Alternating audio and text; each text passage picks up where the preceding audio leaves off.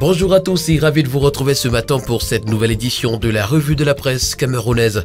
Commençons notre périple avec le quotidien bleu d'Amalmana, le jour qui titre à sa grande une ce matin « Carburant, panne sèche à Bertois ». Des filières clandestines d'approvisionnement en provenance de la République centrafricaine s'installent. L'information, vous l'aurez des pages 2 à 3. Échoppe, pourquoi les étrangers font recette, c'est à retrouver en petite une. Et puis Qatar 2022, ce qu'il faut retenir de la Coupe du Monde nous est présenté ce matin dans les colonnes du quotidien bleu. Avec le quotidien Mutation ce matin, on s'intéresse aux mesures antimicrobes et puis en titre, coup de frein. Des mototaxis font de la résistance à Douala. Le gouverneur du littoral réaménage les heures de circulation. Ces nouvelles heures sont à retrouver ce matin à la page 5 du quotidien Mutation qui parle également de chantier et nous présente les constats du fonds routier. Qatar 2022, retrouvons également à page 15 les leçons de la Coupe du Monde.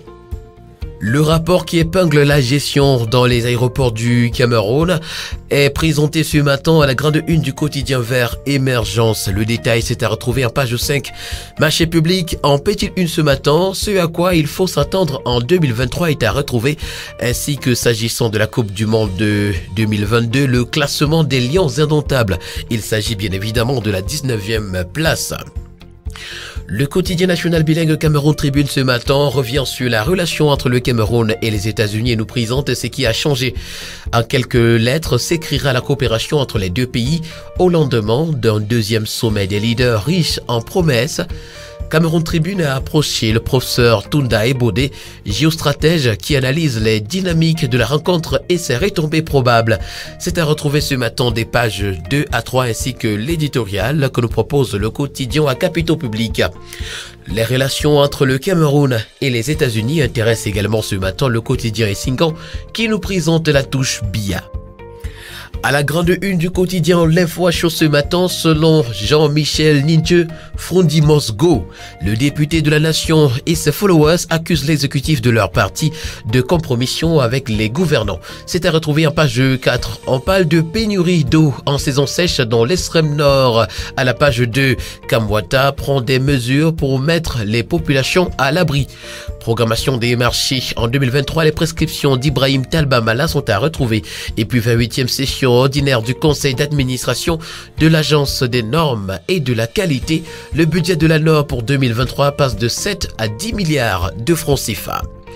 La Terre Promise Hebdo est également en kiosque ce matin et s'intéresse aux infrastructures. Retrouvons les grands projets routiers qui sont en panne. Les projets de construction de l'autoroute Yaoundé-Douala et de la section urbaine de l'autoroute Yaoundé-Simalin, pour ne citer que les plus grands, sont restés bloqués en 2022.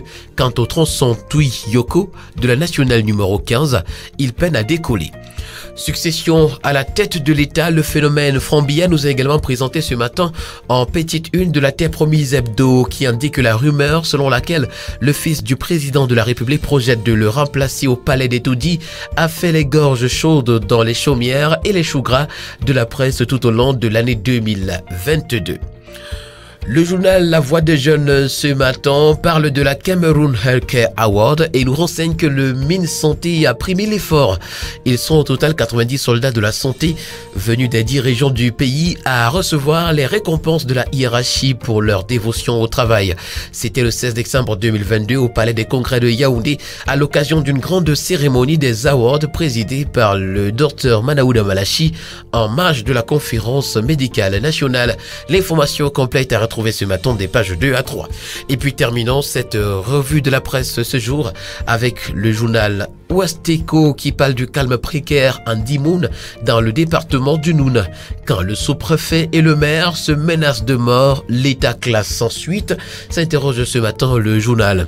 Crise au sein du parti de la Balance ce matin en petite une avec l'ancien de Frondi, Joshua Oshi décapite le SDF.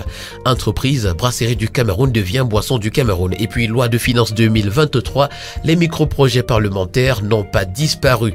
Mesdames et messieurs, voilà qui met en terme à cette autre sortie de la semaine de la revue quotidienne de la presse au Cameroun. Merci d'avoir été à l'écoute et rendez-vous demain pour une nouvelle édition. D'ici là, portez-vous bien. Bonne journée à tous.